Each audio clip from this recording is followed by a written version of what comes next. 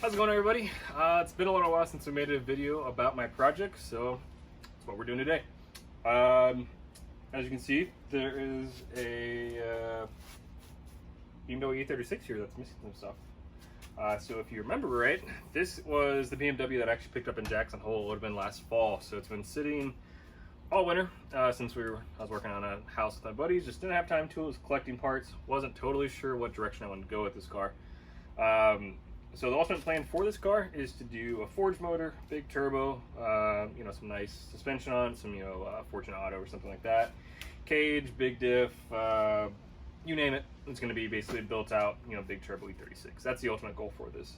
Thing about that, doing a full build is obviously very expensive. I'm budgeting way more than I should be putting into a 90s E36. So until then, since it's getting really nice out here in Utah, and I really miss having a sports car, I decided that I'm gonna get this car going. Since I've been collecting parts for ever since I bought the black BMW E36, would have been last summer, I believe. I've been collecting parts for this car. So I have a full suspension for this car. I have all Condor Speed Shop bushings for every single bushing except for the engine.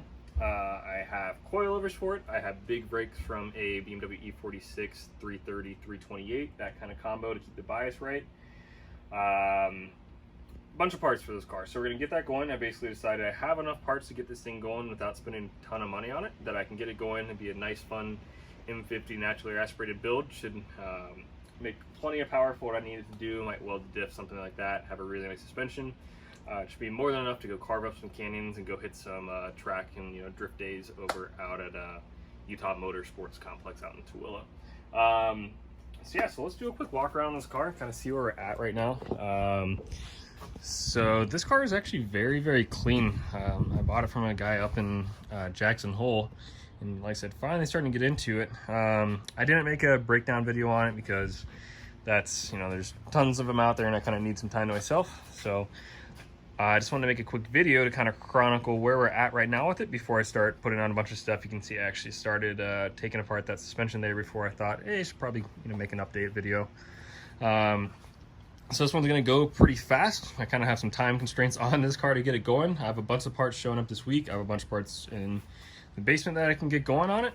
And so it's gonna move pretty quick. So right now, as you can see, I took off the fenders. I took off basically all the front end. It makes it a lot easier to get the engine out. Also, the fenders on this car were a little bit boogered up. This one had the bottom rocker kind of pushed in. This one had a big old dent right above the wheel, somewhere right around there. Luckily, it had fenders from that black E36 that were really straight. Also had a new nose for it. So it's gonna be really nice and straight. I have an M3 bumper on it right now, which you'll see in a minute. I have an M3 front bumper for it, side skirts, so we'll get those put on so it'll at least look kind of okay. It's not gonna match. It's gonna be a hodgepodge of paint. Maybe I'll rattle paint it, who knows. So let's just do a quick walkover. This car luckily was basically rust free. There's very little stuff. You can see I hit a small spot there. That's more preventative than anything.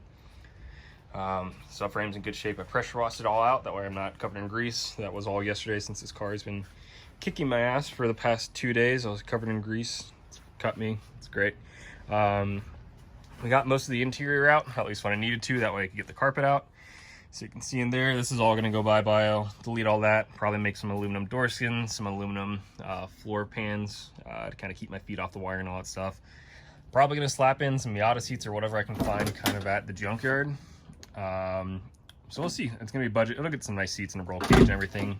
Oops, that was a wiring harness.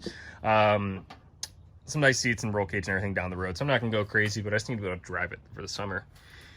Like I said, all new bushings for the diff, for the rear trailing arm. This is eventually going to get M3 trailing arms, which I actually have for it, but I still have a diff that'll work, nor the actual shafts. And again, trying to keep this really cheap right now, so we're just going to run what's on it. I'll probably put on the bigger brakes since I already have those. I have to get some rotors for it. And I have some coilovers for the rear. There's that M3 bumper. This is actually an Estoril blue, which I think might be the color I paint this car in the end. It's either that white or the car yellow. I haven't decided. Overall in good shape. It does have the trunk from the black one as well. I had a nice little dink kind of like right under here and right kind of there, which ruined it. But luckily the black one had a good one.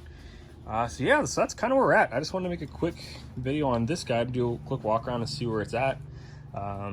It's gonna move pretty quick, so let's get into it. Stay tuned for updates on this one. Hopefully it'll be done by June. So realistically, let's say like July. So it'll be ripping in no time. All right, 2 more things. First one, don't forget the value of snacks when you're trying cars. I know we have a lot of time on our hands now. Also water. If you don't drink enough water, you're gonna get grumpy, you're gonna make dumb mistakes. Help yourself. Number 2, there are actually 3 things, but you know what the third one's gonna be. It's pretty obvious. But the second thing, so I bought another project car. So I'm not gonna ruin it, but let's go ahead and just take a walk over to it. I'll reveal it. It's either gonna be really exciting or a big disappointment. You guys can decide that. So without further ado, here it is. This is a 1994 Suzuki Sidekick. This car I bought for very cheap. It is practically rust-free. Interior is immaculate. It was owned by a little old lady that just kind of drove it back and forth 5 miles to work and didn't really do much to it.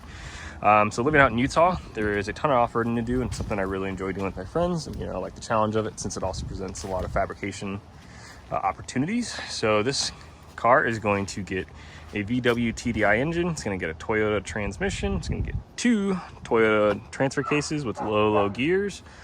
It's going to get FJ60 Land Cruiser axles, which I actually already have for this car. It's going to get 37-inch tires, roll cage, obviously bumpers, and probably boat side sliders. It's going to get skid plates. It's going to be everything. It's going to be ready to rock. It's going to be able to go wherever. So stay tuned for this one. It's going to be a really fun project.